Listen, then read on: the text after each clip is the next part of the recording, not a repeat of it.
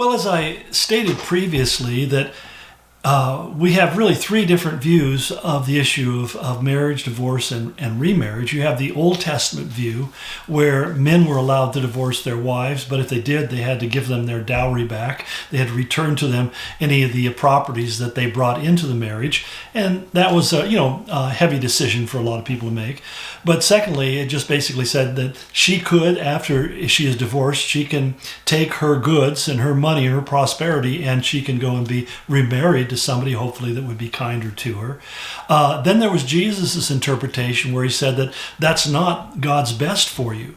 That even though God allowed that in the Old Testament times, and it was certainly true in New Testament times as far as a New Testament Judaism, he said that's not God's best for you. God's best for you is to love your wife. As Solomon, of all people, who would later say, let your wife's breast satisfy you all the days of your life. He said, don't go looking for someone else. Invest your love in this one person that God has brought into your life, and be married to them until death do you part. If they pass away, then you're free to remarry. But don't make that mistake, because you're going against God's greater design and purpose for you and for marriage and for society and your family and so forth.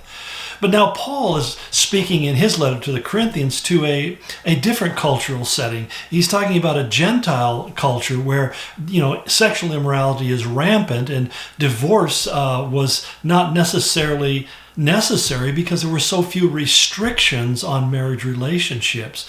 The only thing that the Greeks and the Romans worried about is they didn't want their lineage being polluted by other people, and so they basically made their wives live this morally circumspect life, and they became kind of the grand matriarchs of the family. But they themselves would mess around with whoever they wanted to, and even the wives were allowed to mess around with slaves, male and female, and even children. So there was just this really, really sick world that Paul was trying to speak into. And that's why, as he's talking to the church which has come out of this Gentile culture, he says, for example, in 1 Corinthians 7, verse 10, he says, to the married I give this command, not I, but the Lord. A wife must not separate from her husband, but if she does, she must remain unmarried or else be reconciled to her husband, and a husband must not divorce his wife. So he starts off by saying, I understand basically that there are reasons why somebody would separate in a marriage. And he says, but as a Christian, your first goal is to try to make that marriage work, to make it as successful as you can. And a man must not divorce his wife and cast her out. Now, keep in mind, we're talking about cultures where men had all of the power and all of the authority and all of the rights. And so basically, he's saying to the Christian husband, you cannot get rid of your wife just because you want to. You have to stay faithful to her. But if the wife separates because of whatever reasons, she has to remain single. So you don't divorce, you remain separate. Now, as a pastor, I've had many people come to me with their marital issues. And sometimes they've asked me, do I have permission to get a divorce? And my response is, yes, if the acceptive clause applies. And what is the acceptive clause? Well, it's what Jesus said, and Paul now repeats here in 1 Corinthians. I tell you that anyone who divorces his wife except for marital unfaithfulness. And that's the word porneia. It's a broad term for sexual immorality. And marries another woman, he commits adultery. So here again, I simply say, has there been adultery in the relationship? And I'm afraid more often than not, there has been some kind of sexual immorality, unfaithfulness. And in those cases, I say, well, you can do it. It's not a command. You're not commanded. If your husband or wife commits adultery, you're not commanded to divorce them. You're given permission to divorce them. And I've seen many couples who have been able to work through their issues and save their marriages. So, you just need to keep that in mind. As a pastor, I will never advise you to divorce your spouse for any reason. I've often advised women who are, I consider, in dangerous situations to get a separation, even including protection orders and more.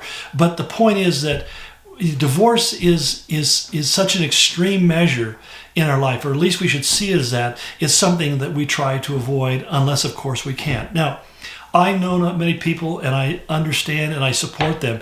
If their spouse has cheated on them and they can't overlook that, they can't go back, then all I can say to them is, you have permission scripturally, and we will support you in your decision and support your family. There's no other cause, but I can't advise in saying, I think you should get a divorce. I just never would do that. I would never make that recommendation. There would have to be something a lot more severe than that. So what we have, though, is we have the command first by Paul, don't get a divorce, even if you have to separate for a season to try to fix what's wrong in the marriage. Secondly, if there's sexual immorality, you have permission to get a divorce if that's what you feel you have to do. And nobody can judge you for that decision. But the third thing that he touches on about the issue of separation, he says, to the married I give this command, but not I. A wife must not separate from her husband, but if she does, she must remain unmarried or be reconciled to her husband. So again, here the idea that separation may be permissible, but the idea is to separate for a season so that you can work through the issues that have become so divisive.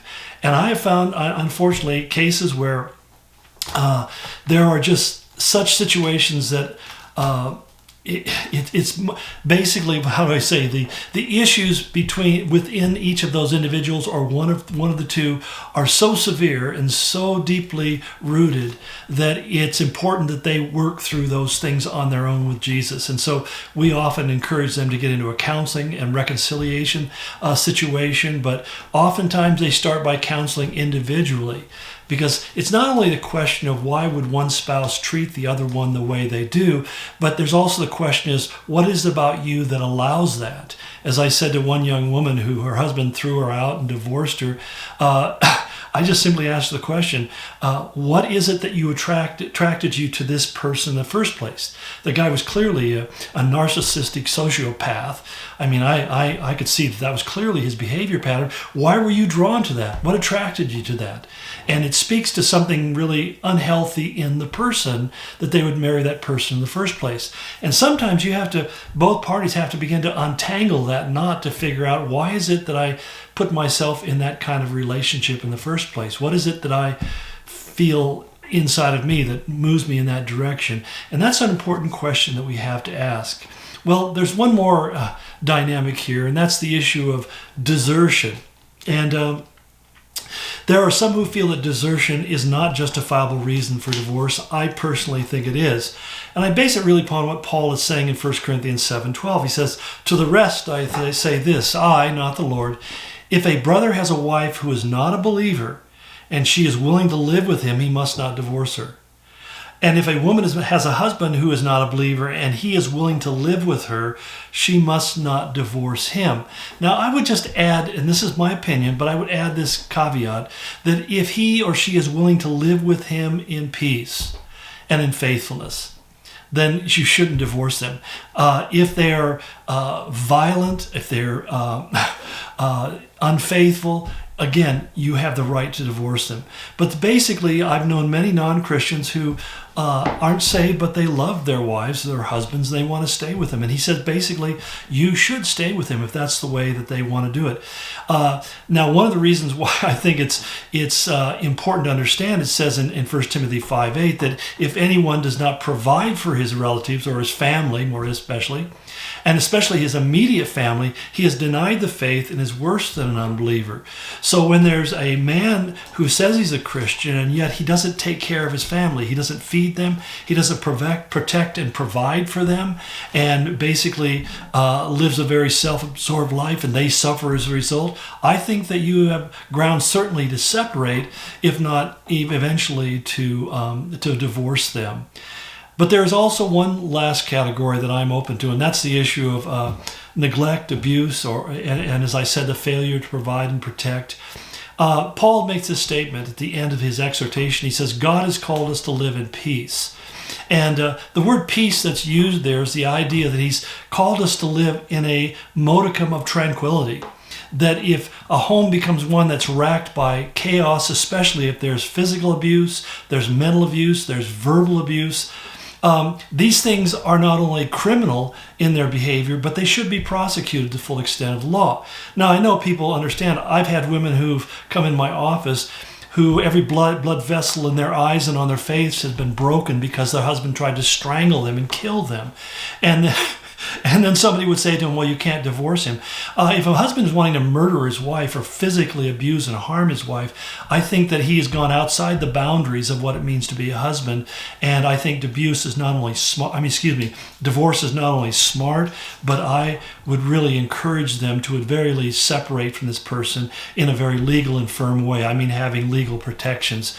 As unreliable as that may be, it's better than nothing. At least you have a cause. But basically, these are things that I think that we become really, really insensitive to when a person is at that situation. And I think it even includes verbal abuse. I counseled with a couple one time where I literally saw the man back his wife into a corner, screaming at the top of the lungs, and her cowering and sinking to her knee into a fetal position because she was so beat down and terrified by his verbal abuse. And when she talked to me, do you think I can divorce him? I said, if you want to do it, I'd certainly support that decision, because he is going to destroy you. He's literally going to destroy you. Now, I know some of you are going, well, how can you say that as a pastor? Well, I say it because I have compassion and I want to see this person protected. And I have no trouble calling the authorities and reporting the behavior as being abused. So here again, I think Paul is looking at a broader spectrum. And I think that the church really needs to judge each situation individually and not just simply have a set of rules that we apply across the board, because as a result, we can be giving false information and comfort and really allowing people to go through a kind of abuse and suffering that they shouldn't be subjected to. Well, anyway, those are my feelings and my opinions. You can take them or leave them. One more we'll talk about the issue of remarriage. Is it allowable for people to remarry after divorce? And we'll get into that tomorrow. Many blessings.